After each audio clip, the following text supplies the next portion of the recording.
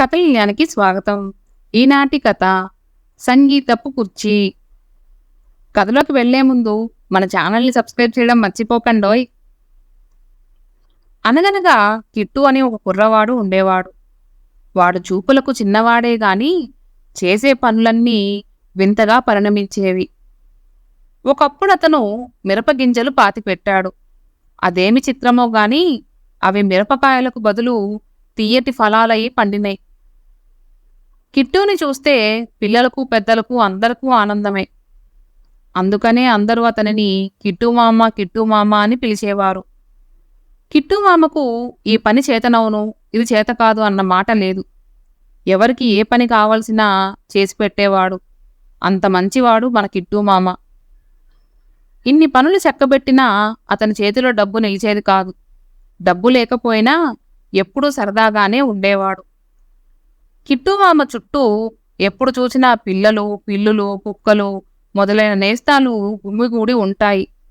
అంతేకాని అతను ఒంటరిపాటుగా కనపడేవాడు కాదు. ఒక రోజున కిట్టుమామ కలప నరకడానికని అడవికి వెళ్ళాడు. ఒక చెట్టు నరికే వరకు మధ్యాహ్నమైపోయి ఆకలి వేసింది.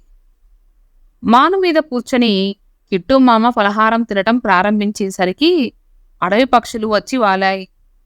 చెవుల పిల్లులు తొంగి చూచాయి. లేదనకుండా అన్నింటికీ రొట్టె ముక్కలు రాల్చాడు. అవి ఆ ముక్కలు తినేసి సంతోషంతో వెళ్ళిపోయినాయి.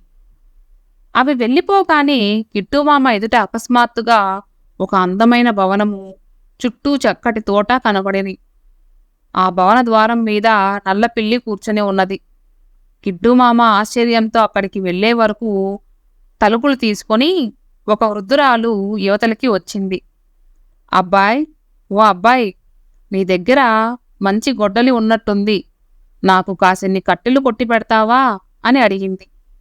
దానికి కిట్టుమామ, అలాగే అవ్వా, పెద్దవాళ్లకు సేవ చేయడం కంటే కావలసినదేముంది అని చెప్పి అవ్వ చూపిన కట్టెలన్నీ చకచకా కుట్టేసి ముచ్చటగా వాటిని పేర్చి ఆ దగ్గరే ఉన్న చీపురుతో చుట్టూతా రాలిన ఎండుటాకులన్నీ తుడిచి పారబోశాడు. అతని శ్రద్ధకు భక్తికి అవ్వ సంతోషించి, నాయనా, చెప్పిన పని చక్కగా చేసి పెట్టావు. నీ కష్టానికి ఏమి కావాలో కోరుకో అన్నది. నేను పడిన కష్టమేమీ లేదు. నీ చలవ చేతితో గుక్కెడు మంచినీళ్ళిస్తే చాలు అన్నాడు కిట్టుమామ. వృద్ధురాలు కిట్టుని లోపలికి రమ్మంది. అతను మర్యాద కోసం కాలిజోళ్లు విప్పి బయట వదిలి లోపలికి వెళ్లేసరికి లోటాతో తియ్యటి పాలు తెచ్చింది అవ్వ. అబ్బాయ్, నిన్ను నీ గుణాలను చూడగా నాకు సంతోషమయ్యింది. నిన్ను ఆశీర్వదించి ఒక బహుమతి నీకు ఇయ్యదలిచాను. కనుక ఈ భవనంలో కనపడే వాటిల్లో ఏది కావాలో కోరుకో అన్నది అవ్వ. నాలుగు దిక్కులో చూచి కిట్టుమామ ఒక మూలనున్న పడక కుర్చీ మీద దృష్టి నిగడించాడు. అవ్వ అతని మనసులో కుతూహలాన్ని గ్రహించి, అబ్బాయ్, నేను ఏదైతే నీకిద్దామనుకుంటున్నానో సరిగా ఆ వస్తువుపైనే నీ దృష్టి పడింది. ఇది మహిమగల కుర్చీ. దీనిని పట్టుకు వెళ్ళు. దీనివల్ల నీకు అదృష్టం పడుతుంది, కీర్తి కూడా వస్తుంది అని చెప్పింది. కిట్టుమామ వృద్ధురాలికి నమస్కరించి కుర్చీ భుజం మీద వేసుకుని వెనక వెనుకకు చూసుకుంటూ పోతున్నాడు. కాని అతను చూస్తూ ఉండగానే ఆ భవనము తోట అదృశ్యమైపోయాయి. కిట్టుమామ ఇంటికి చేరుకుని కుర్చీలో హాయిగా కూర్చోవచ్చు గదా అని ఉవ్విళ్ళూరుతున్నాడు. ఆ కుర్చీని శుభ్రంగా తుడిచి ఒక మంచి స్థలంలో అమర్చి సిద్ధం చేసే అంతట్లో అతని ప్రాణ స్నేహితులైన సీను వచ్చాడు. కిట్టు ఇంటికి సీను ప్రతి ఆదివారం తప్పకుండా వస్తాడు. అలాగే ఇవాళ కూడా వచ్చాడు. సీను పాపం గుడ్డివాడు. అతనిని ఎవ్వరూ చేరదీయరు. కాని కిట్టు మాత్రం సీనుని ప్రాణపదంగా చూసుకుంటాడు. అందుచేత సీను రాగానే కిట్టు ఆ రోజున జరిగిన చిత్రాలన్నీ చెప్పి తాను సంపాదించుకువచ్చిన కుర్చీలో అతనిని కూర్చోబెట్టాడు. సీను ఆ కుర్చీలో కూర్చొని కొంచెం సేపు అటు ఇటు ఊగే వరకు చిన్న రాగం తీయడం ప్రారంభించాడు. అది క్రమంగా పెద్దదై హెచ్చు స్థాయిలో కృతులు పాడటం మొదలెట్టాడు. ఆ పాట అద్భుతంగానూ హాయిగానూ ఉండటం చేత కిట్టుమామ అలాగే నిశ్చేష్టుడై వింటూ కూర్చున్నాడు. మధ్యాహ్నం 2 జాములకు సీను పాడే పాట నిలిచిపోయింది. అతను కుర్చీలో నుంచి లేచాడు. లేవగానే సీనుకి కల కాంచినట్టయింది. సీను, ఇన్నాళ్ళ నుంచి స్నేహంగా ఉంటున్నాం కదా, ఇంత చక్కటి పాట వచ్చునని ఎప్పుడూ చెప్పావు కాదు కదా అని కిట్టు మామ ప్రశ్నించాడు. అందుకు సీను, నిజంగానే నాకు సంగీతం రాదు కిట్టు. ఇప్పుడు ఎలా పాడగలిగానో నా మట్టుకి నాకే ఆశ్చర్యంగా ఉన్నది అన్నాడు. ఈ విధంగా ప్రతి ఆదివారము సీను వచ్చి ఆ కుర్చీలో కూర్చొని గంధర్వ గానాన్ని మించిన సంగీతం పాడేవాడు. మధ్యాహ్నం 2 జాములకు ఆ సంగీతం నిలిచిపోయేది. ఈ పద్ధతిలో జరుగుతూ ఉన్న సంగీతానికి కిట్టు మామ తన్మయుడయ్యాడు. సీను మీద అతని అభిమానం ఎంతవరకు పోయిందంటే, ఇది సీను కుర్చీ, దీనిలో అతను తప్ప మరెవరూ కూర్చోకూడదు, నేనైనా సరే అందులో కూర్చోనని నియామకం చేసుకున్నాడు. సీను పాడగలడనే సంగతి అతనికి కిట్టుకి తప్ప మూడో వాడికి తెలియదు. కుర్చీలో కూర్చున్నప్పుడు కాక ఇతర సమయాలలో అలాగే పాడదామని సీను ఎంతో ప్రయత్నించాడు. ఎంత ప్రయత్నించినా వెర్రిమొర్రి కూతలు మాత్రమే కంఠంలో నుంచి వచ్చేవి. ఇలా ఉండగా ఆ రాజ్యం ఏలే రాజుకి జబ్బు చేసింది. తిండి నోట పోవటం లేదు, కంటికి కొనుకు రావటం లేదు. ఎప్పుడు చూసినా విచారంగా ఉండేవాడు. దర్బారులో ఉండే హాస్యచిత్రులందరూ రాజును నవ్వించుదామని సాయశక్తులా ప్రయత్నించారు. కానీ వాళ్ళ వల్ల కాలేదు.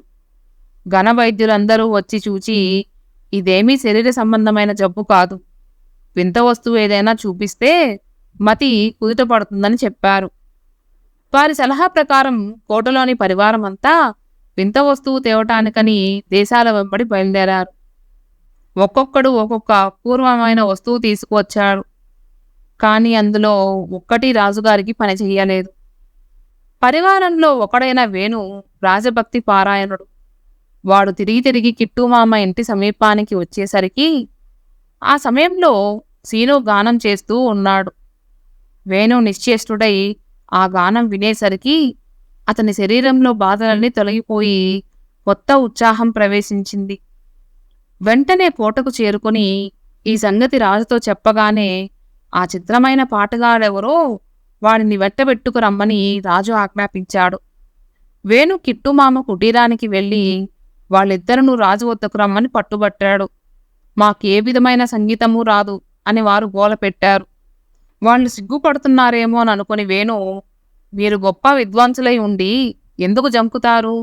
రాజుగారు మీ పాట విని మెచ్చుకొని బహుమతులిస్తారు. ఆయనకు సంతోషం కలిగిందంటే మిమ్మల్ని ఆస్థానంలో మంత్రులుగా కూడా పెట్టుకోగలరు అంటూ ప్రోత్సహించాడు. చివరకు ఎలా అయితేనేం సీనుని తీసుకుపోయి రాజు ఎదుట పెట్టాడు. ఒక్క పాట పాడమని రాజు స్వయంగా సీనుని కోరాడు. సీను గొంతు సవరించుకుని పాడబోయాడు. కానీ కంఠంలో నుంచి వెర్రిమొర్రి కూతలు మాత్రమే వచ్చినాయి. ఈ విద్వాంసుడు గర్వివలే ఉన్నాడు. తనను చూసి హేళన చేస్తున్నాడని తలచి రాజు అతనిని ఖైదులో వేయించాడు. సీను ఖైదులో పడ్డాడే గాని రాజు పరిస్థితి ఏమీ మారలేదు. ఏమైనా సరే వింత వస్తువు కోసం మళ్ళీ పోయి రావాలని చెప్పి వేణు బయలుదేరాడు. పోయి అడవి చేరుకునే వరకు అక్కడ సరిగా కిట్టుమామ చూచిన మోస్తారుదే ఒక భవనము తోట వేణుకి కనపడ్డాయి. వేణు గుమ్మం ఎక్కేసరికి తలుపు తెరుచుకొని వృద్ధురాలు యువతలకి వచ్చింది. అప్పుడతను, అవ్వా అవ్వా, మా రాజుగారి జబ్బు నయం కావటానికి ఏదైనా వింత వస్తువు ఇవ్వగలవా అని అడిగాడు. అందుకామె, పోవోయ్ పక్షి, నువ్వు మీ రాజు ఒట్టి సొంటలు, మేకేం కావాలో మీకే తెలియదు. ఎదుట ఉన్న వస్తువునే కంటితో చూసి కనుక్కోలేరు, పోపో అంటూ కసిరి కొట్టి తలుపులు మూసుకున్నది. ఈ యవ్వ పొగరుబోతులాగున్నది, లేకపోతే ఇటువంటి మాటలేమిటి అని వేణు మనసులో అనుకుని మళ్ళీ చూసేసరికి అవ్వా లేదు, భవనమూ లేదు. వేణుకి కంగారు పుట్టి కాళ్ళు ఎక్కడికి తీసుకుపోతే అక్కడికి బయలుదేరిపోయాడు. వేణు పోయి చివరు కిట్టుమామ కుటీరానికి చేరుకున్నాడు. తన ప్రాణ స్నేహితులైన సీను సంగతి ఏమిటని కిట్టుమామ అడిగేసరికి అతను ఖైదులో ఉన్నట్టు చెప్పాడు వేణు. కిట్టుమామ చాలా విచారించి, సరే అయిన దానికి ఏం చేయగలం? ముందు సంగతి ఆలోచిద్దాం. అలా స్థిమితంగా కూర్చోండి అంటూ వేణుని పడక కుర్చీలో కూర్చోబెట్టాడు. కుర్చీలో కూర్చొని ఒక్క నిమిషం అటూ ఇటూ ఊగిన తరువాత వేణు చిన్న కూనరాగం ప్రారంభించాడు. క్రమంగా కూనరాగం పెద్దదై హెచ్చు స్థాయిలో కృతులు పాడటం మొదలెట్టాడు. ఆ పాట సరిగా తన మిత్రుడు సీను పాడిన పాటే కావడం చేత వేణు తనను వేళాకోళం చేస్తున్నాడనుకుని కిట్టుమామ అతనిని జబ్బ పట్టుకుని యువతలకు లాగివేశాడు. సరిగమలైన నోట పట్టని తనకు ఇంత చక్కటి పాట చేతనైనందుకు వేణు చాలా ఆశ్చర్యపోయాడు. ఈ వింత వల్ల తప్పక తమ రాజుకి నయమవుతుందని నిశ్చయం తోచింది. వేణు కోటకి పోబోతూ ఉండగా రాజుతో చెప్పి మా సీనుని విడిపించుకుంటానని కిట్టుమామ కూడా అతని వెంట వచ్చాడు. వేణు కోటకు చేరుకునే వరకు రాజు మునుపటి కంటే ఎక్కువ విచారంగా కనపడ్డాడు. అప్పుడు వేణు, ప్రభు, నాకిప్పుడు అమరగానం చేయగల శక్తి కలిగింది. ఆ గానం విన్నారంటే మీకున్నటువంటి మనోవిచారం నిమిషంలో తొలగిపోతుంది. చూడండి చిత్రం అంటూ గొంతు సవరించుకుని పాట పాడటం మొదలెట్టాడు. అతను ఎంత ఆరాటపడినా కంఠంలో నుంచి వెర్రిముర్రు కూతలు మాత్రమే వెలువడుతున్నాయి.